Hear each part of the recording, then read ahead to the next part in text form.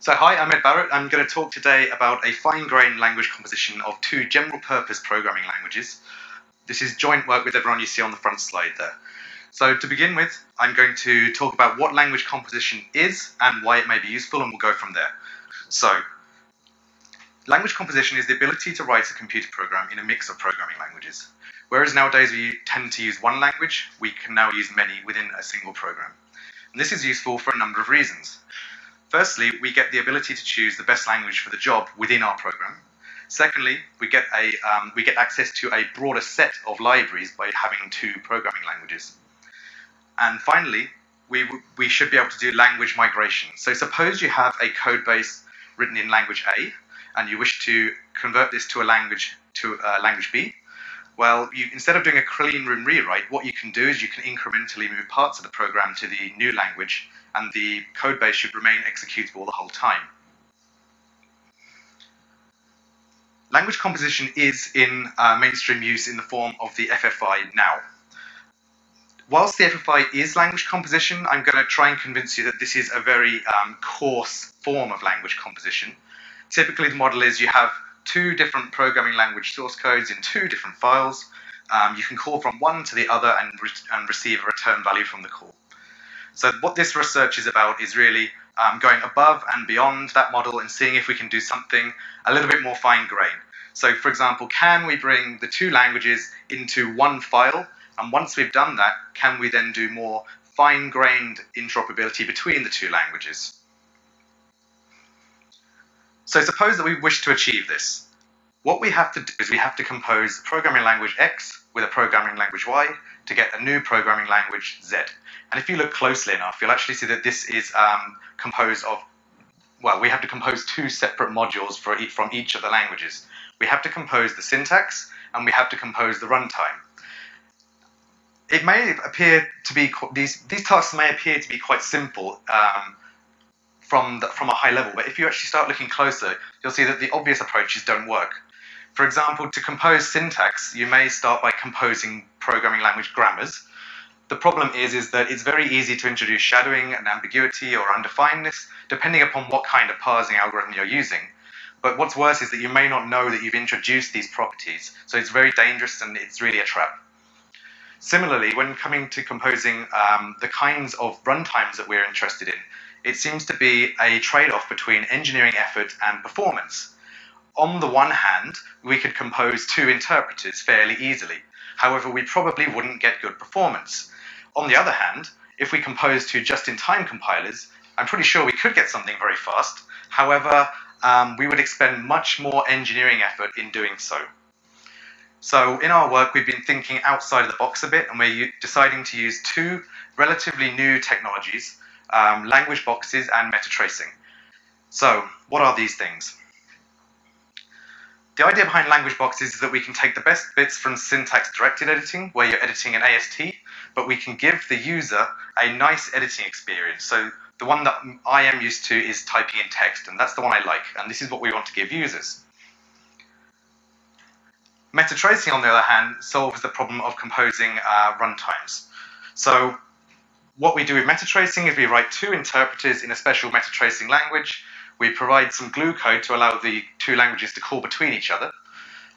We pass it through a meta tracing toolchain, and what comes out is a composed VM containing a composed interpreter, but also a composed just-in-time compiler, a tracing just-in-time compiler. This is very practical because we don't have to write just-in-time compilers or compose just-in-time compilers. We just have to provide interpreters and glue code. So that's the method. Now what I'm going to do is show you a concrete example of a fine-grained language composition. It's built from the following pieces. We have Eco, a text editor which is able to use language boxes, and also then two interpreters, PyHyp and HippyVM.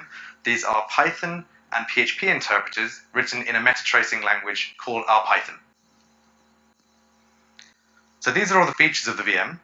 I'm not going to go through them one by one. Instead, what I'm going to do is I'm going to do some live coding and show some examples, and you'll get a flavor of what you can do with our VM. So, jumping to the editor. So this is Eco.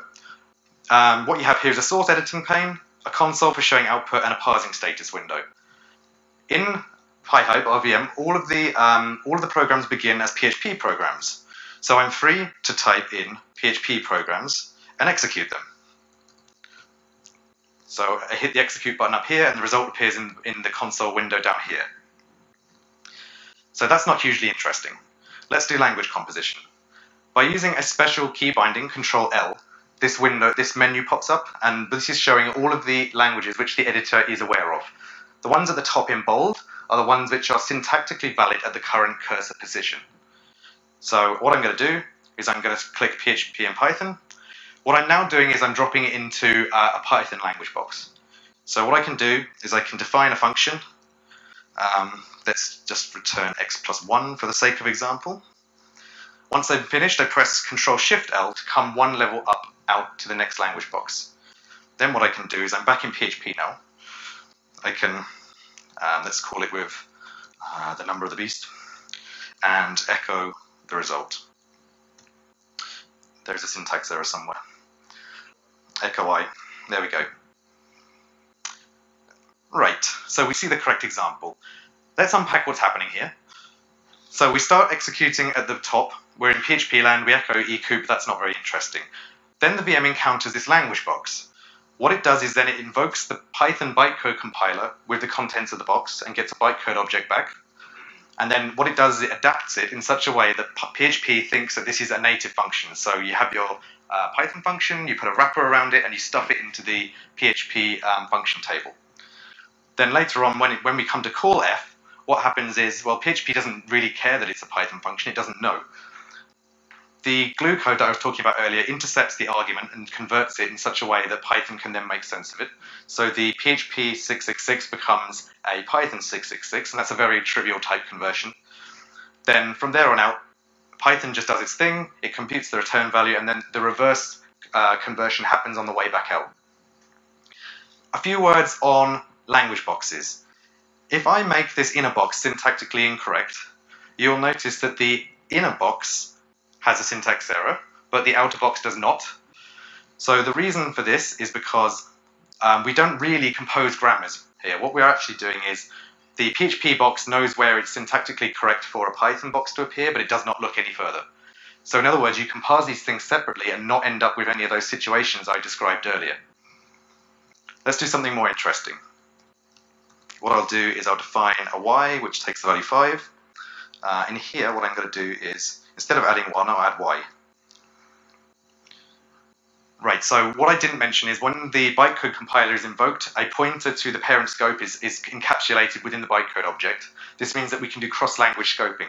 So in other words, the lookup name bytecode in Python has been modified such that if it cannot find the name, it looks in parent scopes. So let's try something a little bit more interesting. Let's have a class in here called A. So I'm defining a type on the fly here. And this has a field xxx, whatever, which takes the value 10. And we will return an instance of this. So we need to remove this. And that's irrelevant now. Okay. So what happens here is, okay, I forgot to do it. So this is basically Python saying I'm an object. What I meant to do was to do this. So what's happened there is as the instance returns from Python back to PHP, it's again wrapped in an adapter. The adapter is giving PHP the illusion that it's a native object, and this means that attribute lookups and method lookups can work. So I've got a few more examples. This is showing that we can nest the boxes.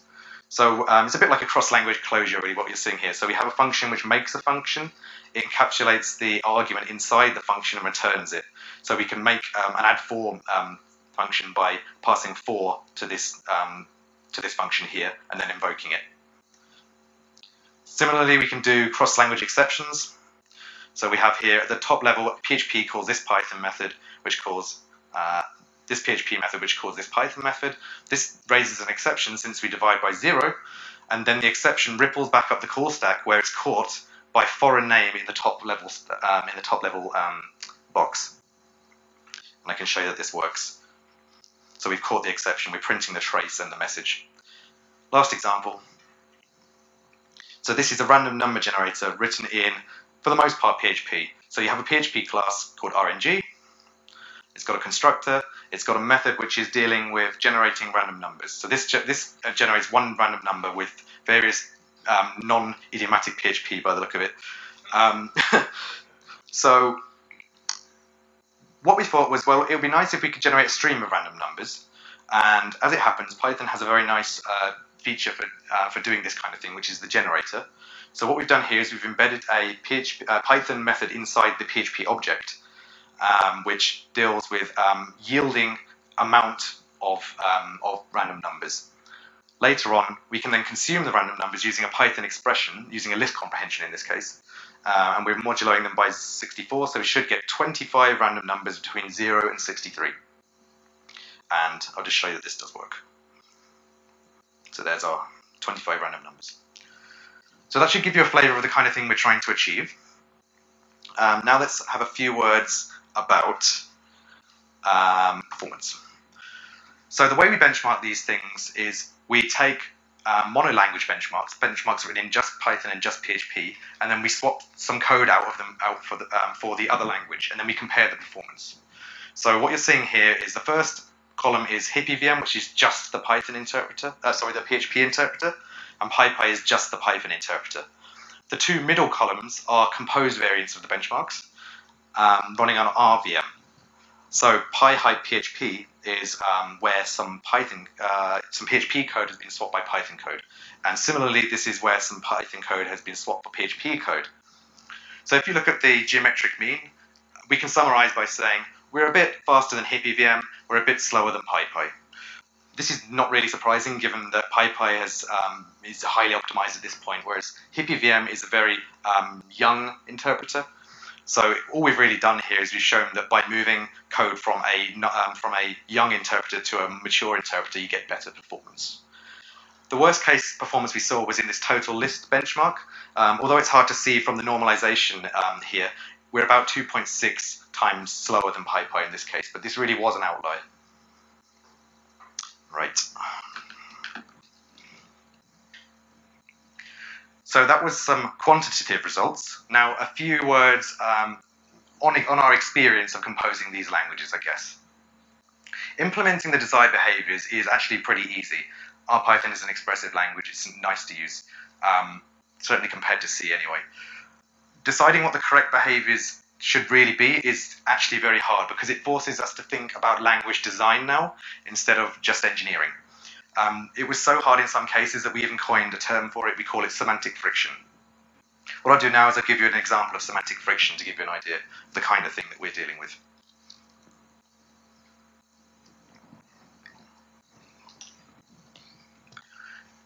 So PHP and Python have very different notions of how collection types should work.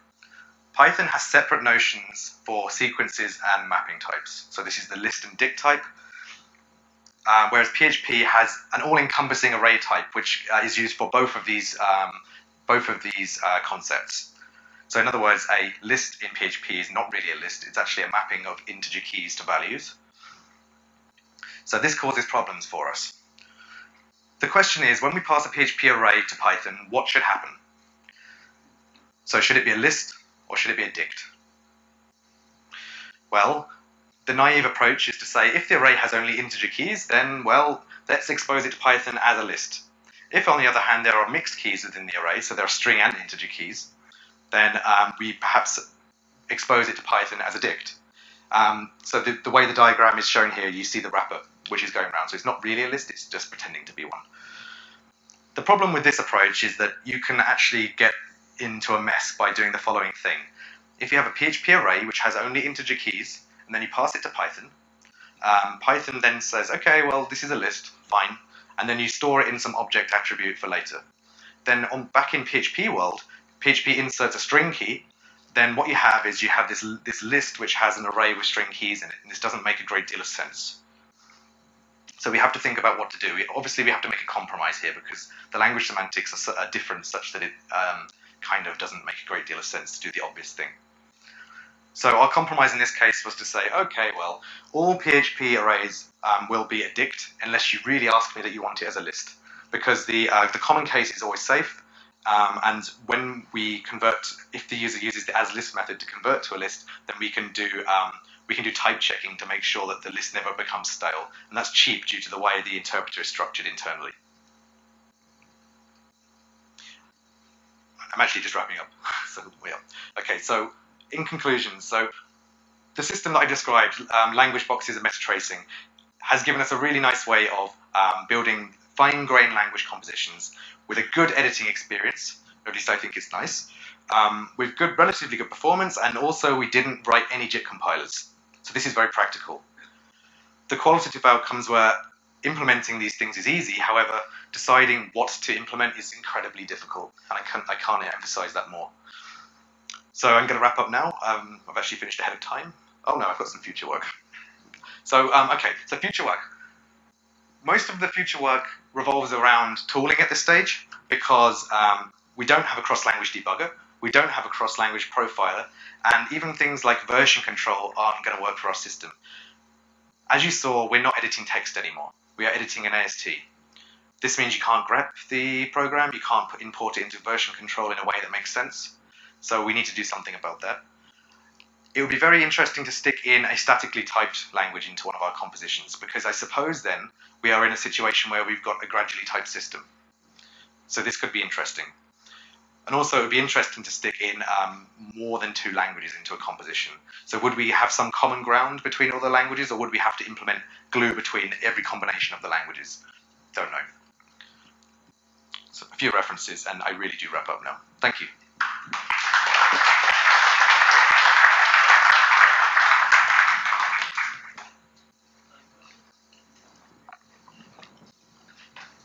Thank you. Interesting talk. I wonder if you could say something about garbage collection now, because now you're having to convert between them. So do these 2 VMs now have to share a garbage collector, or? Right, so our Python synthesizes a garbage collector automatically. So the representation of all the objects is the same. The system doesn't know that there are 2 languages involved. It just garbage collects. It doesn't care. Yeah. Yeah. Thanks for the talk. Where are you? Here. Hi. Okay, so one question here is that is it possible that you pass an object from Python to PHP and then pass back? Yep. And object type Yep. change or the value change is not identical? Is it a possibility? So I didn't catch the end of your question there. Okay, so might be the case that I have a Python object, I pass to PHP and then pass back. Yep. Is it possible to have some problem with that? Because the type may change because of like array to dict conversion coming back. There's actually a special adapter in and for our arrays where although you pass something back and it makes sense in one. It's hard to explain. Let's talk about it afterwards because it's actually quite in depth. Okay, thanks. So there definitely are parallels, and you pointed them out in future work, to gradual typing. And in particular, I hear the word wrappers, and things start turning in my mind. So I'm going to skip the obvious questions about like how do wrappers break identity and what's the performance like if you just jump back and forth. But what I'm wondering is I've forgotten what I'm wondering. So if you're at a fine enough grain, can the meta tracing sort of interact with the wrappers in such a way that the wrappers don't actually need to happen? It Right. seems to me like the meta tracing should be able to figure out some of that, maybe? Ideally, the wrapper disappears entirely. Right, okay. So consider an integer conversion. At the interpreter level, there's an RPython integer, and there is like a box around it which says I'm a PHP integer, I'm a Python integer. But the tracer doesn't care; it just cares about the actual integer So if the tracing can find that there's a wrap here and an unwrap there, then it should be able to just remove the wrapper entirely. If you structure your interpreter and your glue code in the right way, they disappear. Okay, thank you. Mm-hmm. Yes, I have 2. Okay, can we go back to the demo? Yeah. Yeah, back to the first pane of the demo. Okay. Yeah. Okay, so I like the one where you had, back to the first. I'm just trying to find the handle to make this larger. Yeah. We had y up at the top. Okay, so let me press. Sure. And then we return y inside the function. What if we rebind y down on line 6. On line 6. Yes. I guess you don't have to run it, but as Yeah. a PHP developer, I want y to change when I call f. But as a Python programmer, I expect that to be a closure. Oh, something's happened. Well, yeah, don't do a string. Just do like the number 4. Right, okay. But Python should make a closure. PHP should make dynamically scoped. So how do I reason about this? How do you reason about it? Statically, yeah. Oh, we haven't got that far. Okay. And then question 2 in the evaluation. What is the mixed column? The mixed. So, I mean, you have Richards down at the bottom. Yep. How much Python and how much PHP is in that version of Richards? So in the case of Richards and Delta Blue, these are quite large benchmarks with a big object, basically. And then what we did was we took all of the methods out and replaced them with Python methods. Okay. Yeah, so it's quite a lot of bouncing between the languages in those 2 benchmarks. The rest of them are micro benchmarks, so there's just 2 functions. Yeah, but you can imagine lots of ways of mixing the Python and PHP, and I'm sure that would change the performance. I'm sure it would. Okay. I enjoyed this a lot. Thank you. So I have also one. How do you deal with data types like float and double? Float and double. So we just convert them naively at the moment between the PHP notion and the Python notion, which isn't necessarily the same, of course. Not sure. Okay. So then, thanks